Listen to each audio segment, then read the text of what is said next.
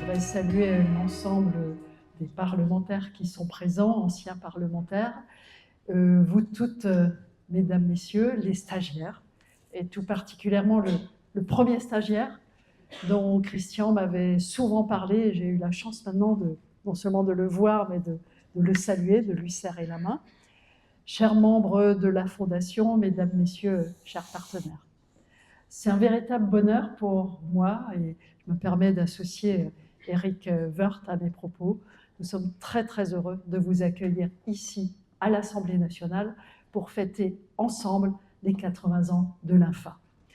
J'ai eu la chance de te rencontrer et de faire la connaissance de l'INFA entre 2020 et 2022, lorsque j'ai eu l'honneur d'être ministre délégué en charge de l'insertion. Et là, je t'ai rencontré, j'ai fait la connaissance de l'INFA, j'ai vu tout l'engagement qui est le tien, qui est le vôtre, qui est celui aussi des stagiaires, la rigueur et aussi la pertinence de l'INFA, la pertinence de votre fondation au fil des décennies. C'est pour cela que nous sommes très heureux de vous accueillir ici. Tu as évoqué, cher Christian, la période du Covid, c'était la période du Covid, hein, la deuxième vague, et puis la troisième entre 2020 et 2022, et l'expérience que tu as rappelée concernant des jeunes stagiaires qui sont allés travailler dans des EHPAD notamment. J'avais lancé, c'était un petit peu téméraire, mais ça marchait, j'avais lancé une proposition que justement les personnes qui étaient en insertion aillent, alors que c'était la période Covid et que certains EHPAD étaient très, très percutés par le Covid et avaient des personnels, des salariés qui se faisaient rares. Je me suis dit, mais pourquoi est-ce qu'on ne solliciterait pas les associations, les structures de l'insertion pour aller dans ces EHPAD pendant le Covid? C'était un pari un peu fou, et en fait, ça a marché. Je me souviendrai toute ma vie du premier EHPAD, qui était l'EHPAD de Secondigny, dans les Deux-Sèvres, qui avait accepté d'accueillir des jeunes en insertion pendant cette période dans leur EHPAD.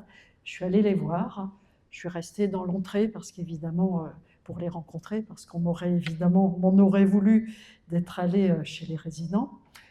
Et j'avais devant moi une dizaine de jeunes en insertion. Et je me suis arrêtée devant l'un et je lui ai dit, bon, merci et bravo, parce que nous étions tous masqués, hein, il y avait le Covid dans cette EHPAD. Et je lui ai dit, pourquoi est-ce que vous êtes venu là et qu'est-ce que vous pensez faire par la suite? Alors bon, voilà, il m'a parlé comme un jeune, il avait 18 ou 19 ans. Voilà, il m'a dit, oui, je ne savais pas très bien ce que je venais faire là. Et puis tout d'un coup, il a eu des étoiles dans les yeux et il m'a dit, mais depuis que je suis ici, je sais que j'ai trouvé ma voie.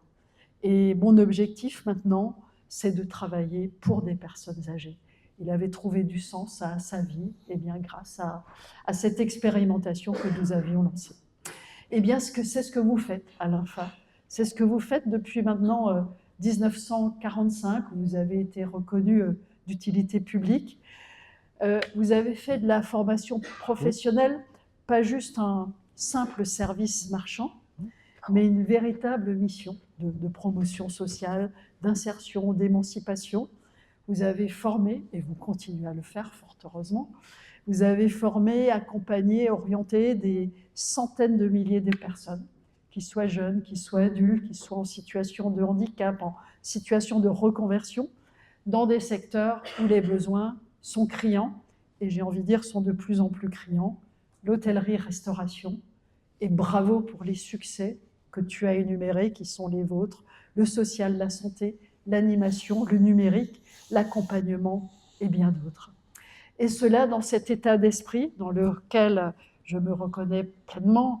Tu m'as parlé des pères fondateurs, il n'y avait pas de mère fondatrice à l'époque, mais voilà, lorsque tu évoques un Emmanuel Munier, un Marc Sangnier, enfin voilà, et cher Eric, nous nous reconnaissons tous dans ces personnes. Alors aujourd'hui, les choses ont changé, et tu l'as évoqué, la formation professionnelle se trouve, on pourrait dire, à un carrefour qui est un carrefour crucial. D'un côté, elle est de plus en plus perçue comme un marché, avec des offres concurrentielles, avec des rentabilités qui sont à atteindre, aussi avec des prestations à vendre. Et c'est vrai que cette commercialisation risque d'entraîner dans le futur une banalisation, une fragmentation et sûrement aussi, c'est ce qu'on peut ressentir, une surenchère de promesses formelles sans garantie de résultat. L'efficacité, la pertinence pédagogique, l'adaptabilité aux publics les plus fragiles peuvent peut-être en souffrir. De l'autre côté, j'ai envie de dire que c'est une formidable source de résilience, une réponse à la précarité, une voie aussi pour lutter contre les inégalités, un levier d'inclusion. Mais, mesdames, messieurs, chers amis, pour que cette ambition soit respectée, il faut des structures qui ne cèdent pas à la tentation du profit à court terme. C'est évidemment le cas de l'INFA, c'est le cas d'autres structures également, mais c'est là que votre rôle, à vous, l'INFA, est doublement essentiel. Vous êtes l'une de ces institutions, parmi les plus anciennes, ça a été dit, qui ont su rester fidèles à la qualité, rester fidèles à l'humanité et rester fidèles à la rigueur pédagogique, tout en évoluant. Par exemple, votre certification Qualiopi, votre attention au public en situation de handicap, aussi vos dispositifs d'insertion et votre volonté d'innovation montrent que vous avez su vous adapter sans trahir vos principes et sans trahir, j'ai envie de dire, vos pères fondateurs. Un mot à votre attention, Monsieur le Président de l'INFA, cher Christian. Permettez-moi de saluer votre leadership. Vous portez non seulement votre institution, mais vous avez une vision juste incroyable et vous savez bousculer, vous savez aplanir des montagnes. Vous êtes juste incroyable. Votre vision, c'est celle d'une formation qui ne se contente pas de transformer des compétences, mais qui transforme des vies. Et quoi de plus beau, et j'ai eu l'occasion de le vivre notamment au cours de ces 2 années où j'étais ministre déléguée en charge de l'insertion, quoi de plus beau que de voir une personne en insertion avec là des étoiles dans les yeux et vous dire « bon, ben voilà, j'ai trouvé un sens à ma vie ». C'est juste formidable. Merci à vous, cher Président, merci à l'INFA de préserver ce cap dans un contexte où des logiques marchandes peuvent effectivement parfois l'emporter. Votre exigence pour la qualité, votre souci aussi, et j'ai pu le constater sur le terrain, de l'accompagnement individualisé, votre fidélité à l'esprit de promotion sociale sont autant d'atouts inestimables pour notre pays. Et comme il fallait une citation, monsieur le directeur général, vous m'avez vu tapoter sur mon clavier. Il y en a une qui m'est chère, mais en général, je les écorche, donc j'aime bien les avoir sous les yeux. Elle est de Victor Hugo et elle s'applique si bien à toi, cher Christian, et elle s'applique si bien à l'INFA. Ceux qui vivent, ce sont ceux qui se battent. Les autres, je les plains. Eh bien, tous les jours, vous vous battez pour que les personnes en situation difficile, les personnes en insertion, eh bien, puissent trouver un avenir et un espoir pour demain. Nous avons justement, et ça va être quasiment, rassurez-vous, ma conclusion, parce que vos travaux se poursuivent tout à l'heure, et puis un beau cocktail qui vous attend sur la péniche, notre ambition partagée pour demain. Eh bien, je souhaite, alors que j'ai eu la chance de servir comme ministre en charge de l'insertion, réaffirmer que l'ambition pour la formation ne doit jamais se plier aux seuls critères économiques. Et ça, vraiment, j'y ai veillé pendant ces 2 années. Nous devons collectivement veiller à ce que la formation demeure un service public essentiel et porteur d'égalité des chances. À l'INFA, je vois une boussole. Je vois une institution qui est capable de conjuguer exigence, bienveillance, efficacité et solidarité.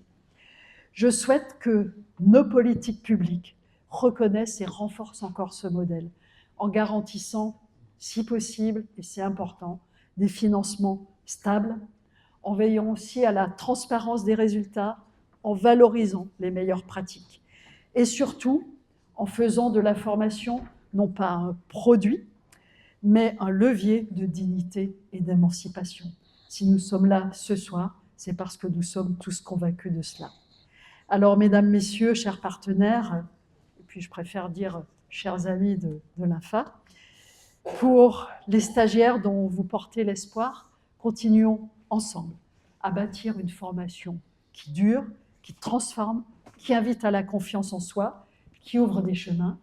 Merci de tout cœur à l'INFA pour ses 80 ans de service fidèle et bon anniversaire à chacune et à chacun d'entre vous. Je vous remercie.